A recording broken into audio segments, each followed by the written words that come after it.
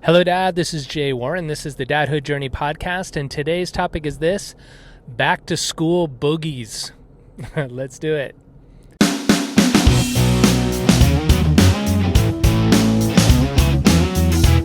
Hi, my name's Mika, and you're listening to my dad, Jay Warren.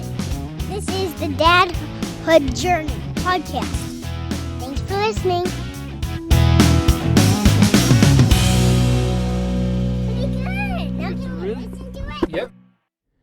So as I had posted last week and the week before, it's back to school time. At least it is in my neck of the woods, and it is at the time of this recording. Don't know when you're listening to this, Dad, but with back to school time, these last episodes, I was talking about drop-offs and the big transition it can be for you and for the kiddo, and then just being tired at the end of the days, and how the first couple of weeks can be wonky. It takes a while to get back up to speed into the school mode.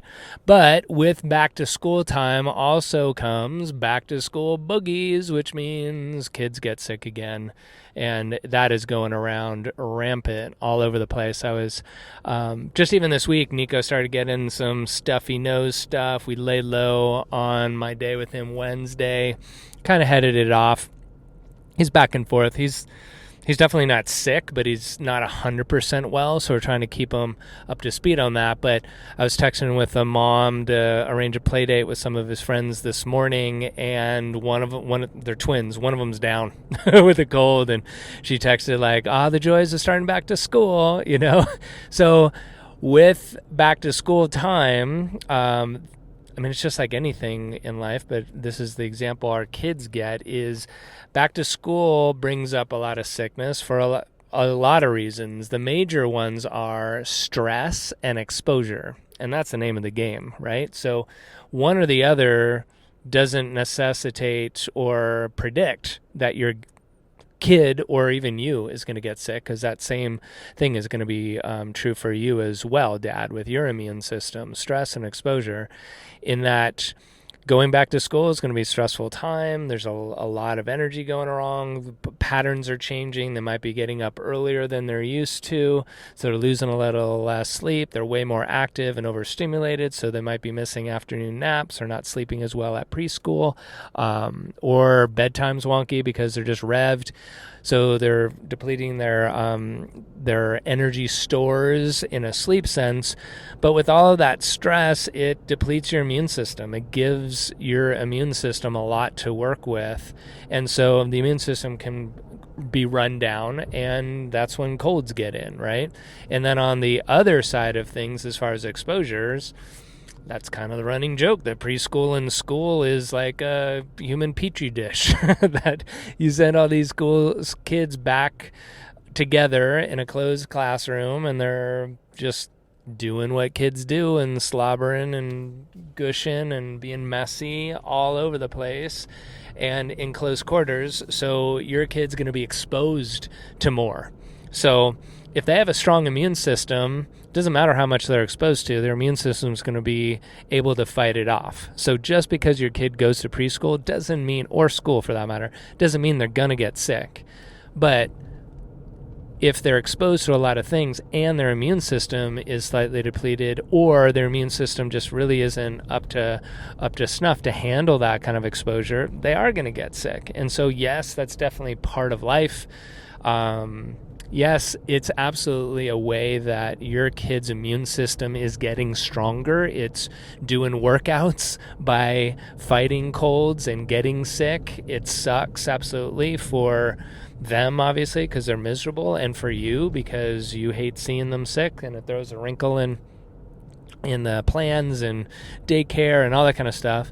But it is getting them stronger. But at the same time, if your kid's immune system is strong, they can still get that immune strengthening with all the exposures without having to have their bodies break down and get sick.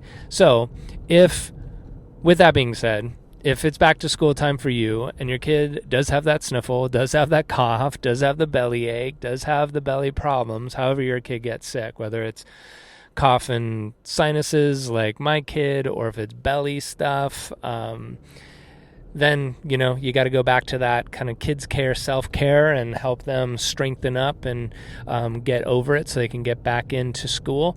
But if they're not sick and they're doing well, just make sure you're keeping them strong. You're allowing them to eat really good foods, even though they might want to be lazy and eat crap. But keeping them strong, doing whatever vitamins or herbs or whatever you do to boost their immune system through times when everyone around them are dropping like flies.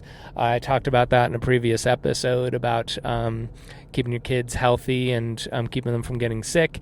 But then also, as I said in another episode right afterwards, is keep your own immune system strong, Dad, because if kids going through a stressful time, you're going through a stressful time. Back to school, there's a lot of things going on all at once, so it's stressful for you, and you're juggling a lot of things. And if the kid's being exposed to a lot of things, they're bringing it home, which means you're being exposed to a lot of things that then your immune system's working hard to fight things off. So you need to do that same self-care stuff so you don't go down as well. Just want everybody in the house to be as healthy as possible, having as much fun as possible, and when a sickness comes in, it just gets in the way. Yes, today, not being able to ride bikes in the cul-de-sac, not that big a deal because we're trying to head things off with a friend and not expose Nico to it again. But it's a little bit piece of fun that we can have because the immune system's not working as well.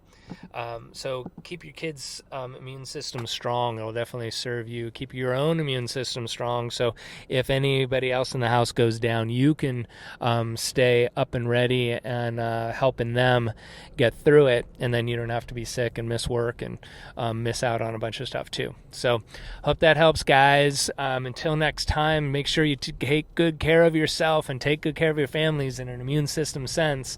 And we'll connect on the next episode. I hope you enjoyed that episode.